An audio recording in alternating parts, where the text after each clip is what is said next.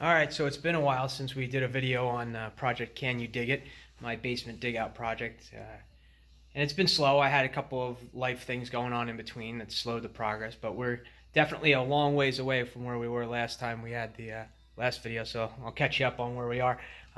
Look down at the ground. Obviously, we got the slab poured, so that's all done out and turned out pretty nice. Got different things going on here. We got our relief cuts in the concrete there, and underneath all of this concrete along the edge is a drain tile that goes around and comes back to this sump pump pit here.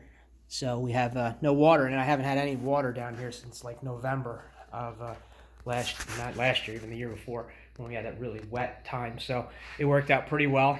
Sump pump hasn't run, so I'm pretty confident about that. We finished the main beam.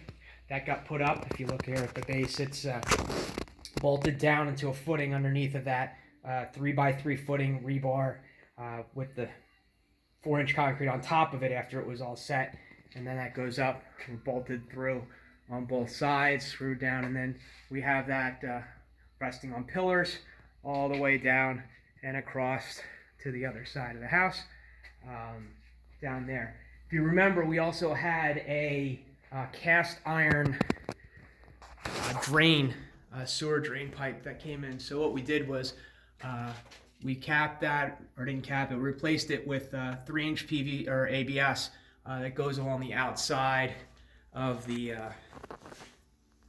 building foundation, and then comes over and then ties in with the rest over where we had it originally, which is going to be a lot easier. I also had a second run done along the outside here, going all the way around to the back side of the house, going behind all the boxes there, and then you can see it back here on the other side. That comes out this way and then comes over, and then actually will pop out on the other side of this. That's a temporary PVC pipe there, just to finish it off for the time being until we finish it out, because on this side, back behind here, up above on the floor, is going to be the kitchen when we do it, finish the remodel. So I wanted to get that done ahead of time. If you look up here, we were all open before, but now we've got a set of Bilco stairs, Bilco door on top, everything all framed out.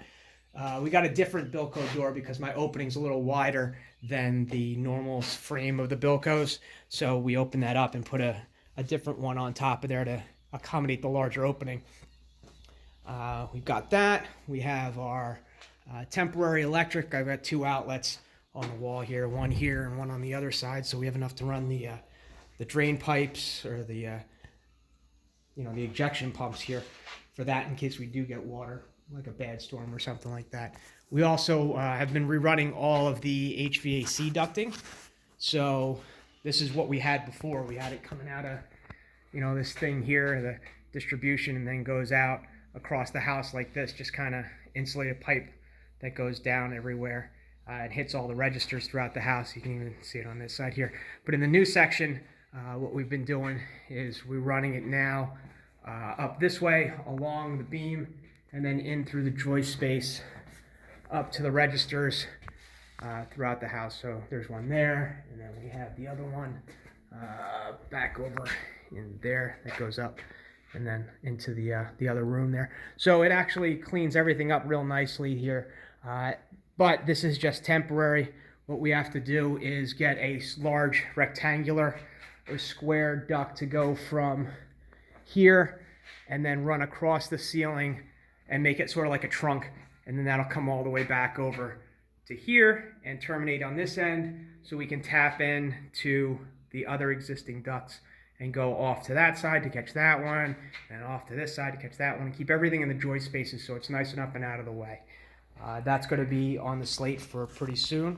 I've got some electrical work to do and some plumbing, because I got to move the main water line too, because that comes up across the ceiling here. I want to get that moved up and over, and then over in the same spot up here, and we'll make like a raceway against the main beam, so that way we can have the main water go through there and it's not getting in the way of the ceiling. Everything's all nice and neat and up and out of the way.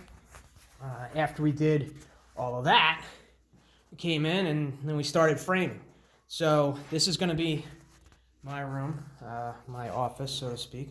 So as we back out here, we'll see that we have the floor and everything in here, and then over on this other side will be the other office or room that we'll have here. So what we did with this, I mean, just between the two rooms, obviously we have a standard 2x4. We use pressure treated plates for the bottom, 2x4 walls here up to the ceiling. On the edges, I did something a little different because we spray foam this with, this is 2.5 inches of closed cell spray foam. Behind this, if we look about over here, on this side right here, we did, all the concrete block has been sealed with Drylok, and then we did the spray foam on top of that. So we have a pretty good boundary here, a good thermal break between the inside of the house and the concrete walls. On the top, I did it along the whole outside too, if you look down here. And I did that because this is an old foundation and I'm not 100% confident in the waterproofing on the exterior. So I wanted to waterproof it on the interior now before I closed up walls and ended up getting a leak. And on the bottom, these walls here, they're not waterproofed on the exterior. They are exposed to the dirt on the back side. But if you remember, I'm not really too concerned about it because on the far side of this shelf wall, bench wall, whatever you want to call it, it's pretty much sand. So I've got 3 feet or 4 feet in some cases of sand going between this and the farther exterior wall. And I have good drainage. Everything's pitched correctly on the outside, so I really don't have too much water coming down into there. The sand allows it to drain straight down instead of running places, but didn't want to take that chance, so we did that. If you look down here, when we talked to Spray Foam when they did it, for temporary purposes, we didn't go all the way down to the plate. We have a little bit of a break here, and that's because behind this, on the plates on the wall, and we can see it along the outside edges here, we have our area for drainage on the outside. So we've got about 1.5 inches, which all comes back along the exterior walls, back to my sump pump pit. So in case we end up with some sort of leak from the wall, it'll go into there and then over to the sump pump pit rather than flooding out the basement. So I didn't want to include that. What I might do is put open cell spray foam to close that gap, because then if any water does come through, that'll be able to bleed through the open cell and then go into the channel and then get all the way back to the drain. I just need to make sure that it's not sprayed too deep as it occludes the channel so we don't have free moving water down there. On the outsides, we took and we did 2x3 rather than 2x4 walls, and that was because when I did everything, the 2x4 sill plates down at the bottom here, when you space the 2x3 against the wall, so when we do sheetrocking, we'll be good. You can see it there. We have this gap, and that'll allow me to have a nice flush wall up top, but gave me the space for the spray foam behind it. And the nice thing about that is because the spray foam was deep enough, it further locked all these into place. So, I mean, this was sturdy before, but this is rock solid now. This isn't going anywhere. It's really, really solid in there. And that's one of the benefits of the spray foam, this closed cell that we used. Up top here, we had, so this was floating. So this beam never touched. It was still 2.5 or 2 inches away from the concrete. So there's a freestanding wall, and then I did these beams across to the back. So in the back where these rest is a pressure treated sill on the bottom there, which these are nailed to and bolted to, and that pressure treated sill is bolted into the concrete. And then the back wall is bolted to that. So I'm gonna have a back wall up here, and it'll be removable. So I think what I'm gonna do is take some plywood or some nice finish and just put a couple of screws in it just to cover it. So if I have to get behind it or run wiring or get to anything, it'll be a little bit easier. And then on top of these beams here, this one and that one, we're going to put some sort of plywood decking. So that way I can put stuff on there for storage and get that taken care of. If you look at it over here, you can see how that all actually worked. So we got, the wall here.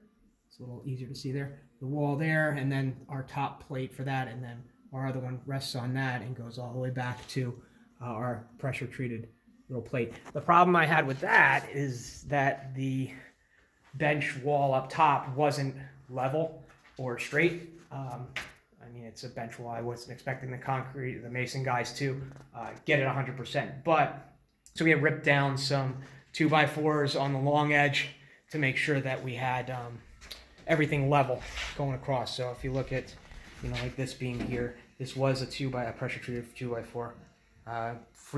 Freehand kind of took that on the table saw and made that fit using a laser level to kind of match everything up.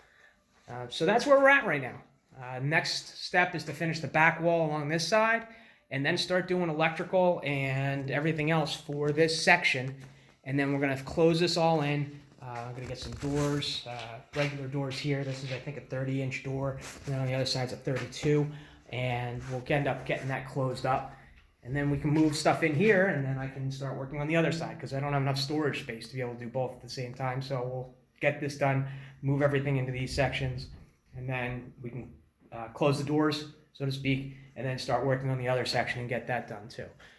We've got some low voltage wiring to run, some plumbing to redo. I mean, we temporarily did plumbing work up here. You can see I took some PEX and crimped and tied in the old to the new so I could get it above the ceiling because, again, that was below the level of the floor joist, so it was in my way, so it needed to be moved up into the ceiling. So we used for temporary. I'm not, too fond on these press fittings right there. There's a shot on one of those, but they seem to be working pretty well for a temporary job, and it is a temporary job. It does a great transition between the PEX and the copper that I have after I cleaned it, scrubbed it, and all that other stuff. So that's where we're at. Hopefully this wasn't too bad. We're 12 minutes in. I know it's long for the internet. Anything over 2 minutes pretty much loses everybody's attention, but we're going to keep on trucking. Any questions, let me know. It's nice to see you guys, and see you again when I get some more updates.